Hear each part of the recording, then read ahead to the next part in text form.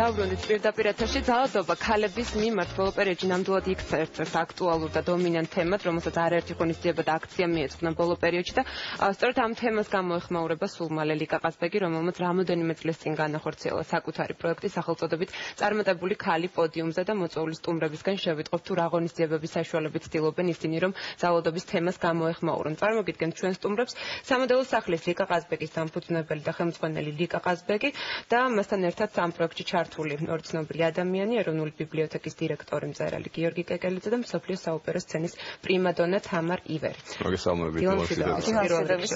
მადლობა სტუმრობისთვის. ლიკა, მოდი პირველ რიგში თქვენგან დავიწყებთ. მეშვიდეთ მართავ ამ ღონისძიებას და გვეგონა რომ აღარავინ აღარ დარჩა უკვე პოდიუმზე გამოუსვლელი ქალბატონი, მაგრამ აღმოჩნდა პირიქით წლევანდელი ღონისძიება იქნება ყველაზე მასშტაბური, რამდენადაც ყველაზე მასშტაბური, უპრეცედენტოდ ბევრი ქალბატონი გამოდის დაახლოებით 50-მდე. ეს ალბათ იმანაც განაპირობება, რომ აი ესეთი თემა გვაქვს.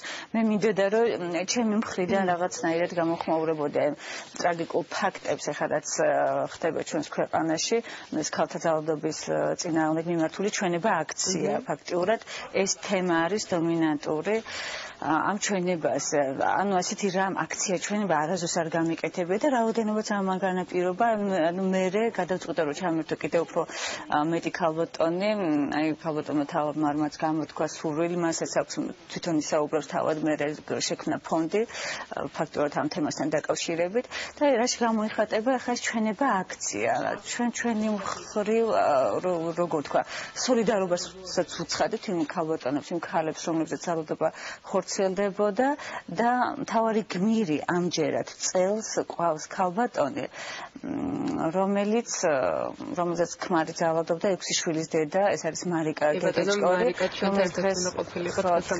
არ იმყოფება და რაღაც ესეთი ძალიან საოცარი და ესეთი ქალი იყო ჩემთვის 6 შვილის დედა. სხვათაშორის მე მინდოდა რომ წელს გამომიყვანა ქალი, რომელიც იქნებოდა დიასახლისი, არანაირი რეგალია არ იქნებოდა, მაგრამ ყველაზე დიდი რეგალია ქალისთვის მაინც ეს არის დედობა, ვიცით და მინდოდა რომ თუნდაც 5 შვილის დედა, 6-7 შვილის დედა ვინმე გამომიყვანა. ესე დაემთხვა რომ არის ძალადობის მსხვერპლი ეს ქალბატონი და თან 6 შვილის დედა ქალბატონია დღეს უკვე რამდენადაც ვიცით, ხო?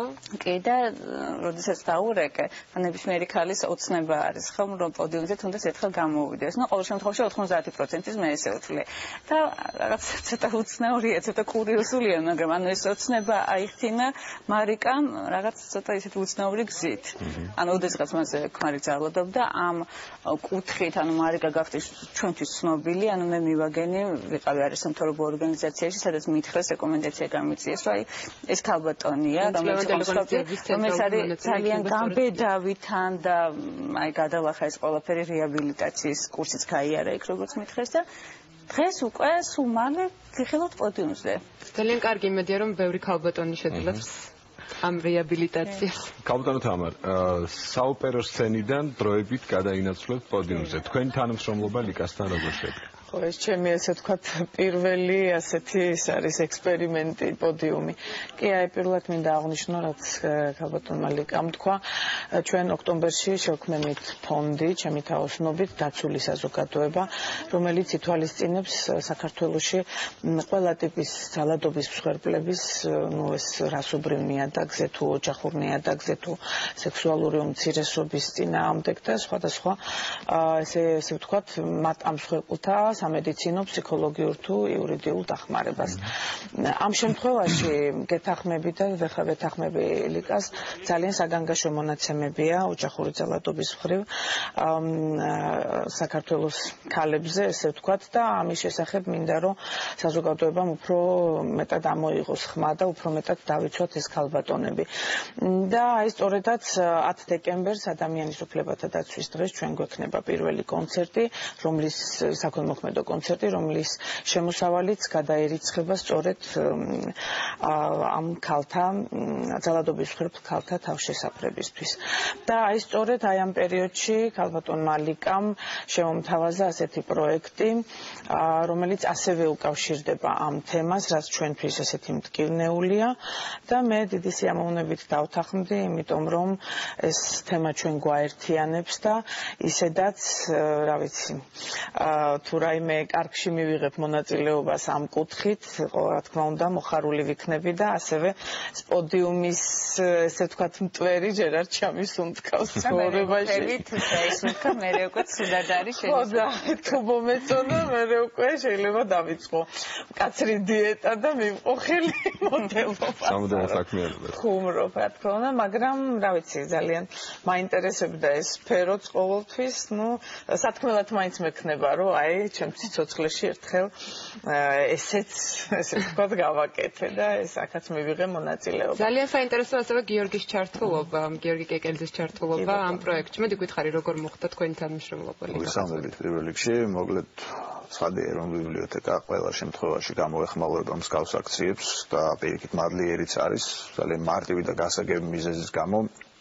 აი ესეთი ტიპის ტენდენციები, როგორც არის თქვათ, ძალადობა და მათ შორის ქალთა ძალადობა პირველ ყოვლისა, გარდა სხვა ადამიანური თქვათ ფაქტორებისა არის ნაკარნახევი იმით, რომ ადამიანებს როგორც წესი აკლიათ განათლება და წიგნიერება და ბიბლიოთეკა სწორედ ასეთი ადგილია და შესაბამისად არავით არის აცდენა ამ თვალსაზრისით შეიძლება რაღაცას მოეჩვენოს თუ რატომ ასეთი ჩვენებები ბიბლიოთეკაში აშუაში ეს ყველაფერი, მაგრამ პირიქით ბიბლიოთეკა უნდა იყოს სწორედ ასეთი ადგილი, რომელიც ესე მკვეთრი მესიჯით გამოეხმაურება ცხადია სხვა ადამიანების დახმარებით, იმიტომ რომ ჩვენი პირდაპირ პროფილი ეს არ არის ასეთ უბედურებებს. მე ვფიქრობ, რომ ეს არის მნიშვნელოვანი ამბავი, არა მარტო თანამედროვე საქართველოში ადრეც ხდებოდა ასეთი რაღაცები, და ამაზე თვალის, ვთქვათ, წახუჭვა და თავის მოტყუება არ არის სწორი, ამიტომაც ჩვენ გარდა ამ აქციისა გამოვაკარით პატარა ბანერი შესასვლელში, რომელიც მოუწოდებს ადამიანებს, რომ არა ქალებზე ძალადობას, ეს აუცილებლად უნდა იქცეს ტენდენციად, ეს აუცილებლად უნდა იქცეს მახასიათებლად ნებისმიერი ორგანიზაციისთვის და ნებისმიერი ფორმით მივესალმებით, თქვათ, მსგავს აქტივობებს.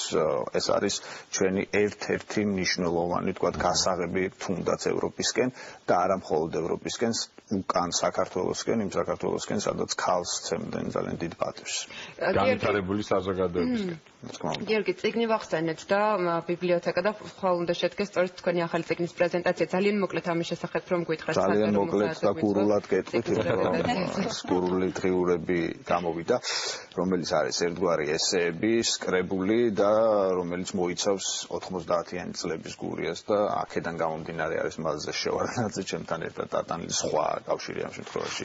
რომელ საათზე? აქვს 7 საათზე ხვალ ეროვნულ ბიბლიოთეკაში გაიმართება ამ წიგნის პრეზენტაცია, სადაც ძალიან ბევრი არის სხვათა შორის გურულ ქალებზე ნათქვამი და ასე რომ თემატური მათ ამ ყველაფერთან არის. ძალიან დიდი მადლობა ბიბლიოთეკაში შედგება გიორგი კეკელიძის ახალი წიგნის პრეზენტაცია. ძალიან დიდი მადლობა სტუმრობისთვის, ხო, წარმატებები უსურვოთ, ხო? იმედია რომ ბევრი ადამიანი ჩაერთვება ამ აქციაში. უღრესი მადლობა. ჩვენი გაგაცემა კი დასრულებულია. იმედის თილა ხვალ დილის მისნახევიდან დაბრუნდება პირდაპირ ეთერში ნახოთ.